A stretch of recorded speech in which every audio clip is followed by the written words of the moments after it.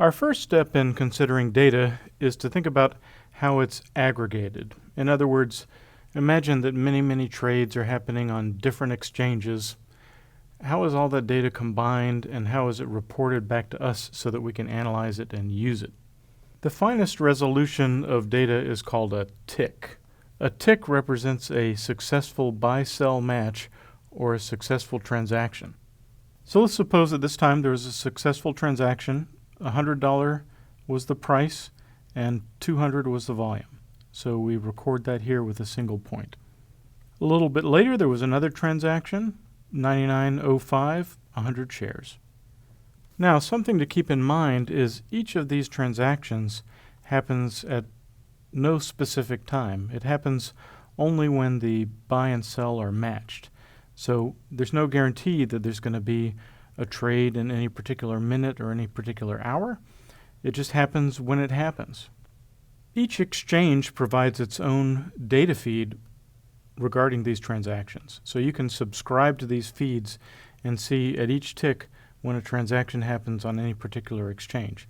So I've added some red dots here that represent transactions that might be happening on another exchange. Note that the prices are a little bit different. The volumes, of course, might be different. All of this is happening simultaneously, and the prices at different exchanges aren't guaranteed to be exactly the same.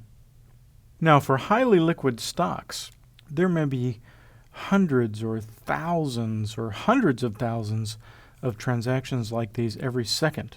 So collecting and using all these ticks for all the exchanges over a long period of time would result in a lot of data, and it becomes very complex.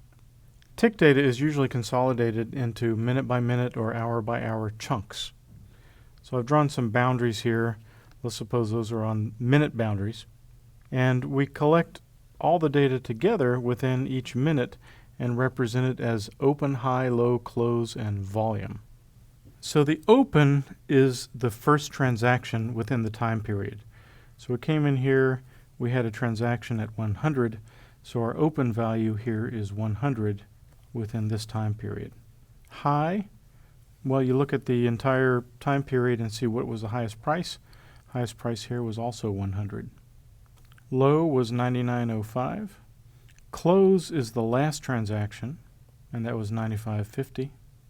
And volume is just the total volume during that time period. So it's 200 plus 100 plus 300, so 600 shares.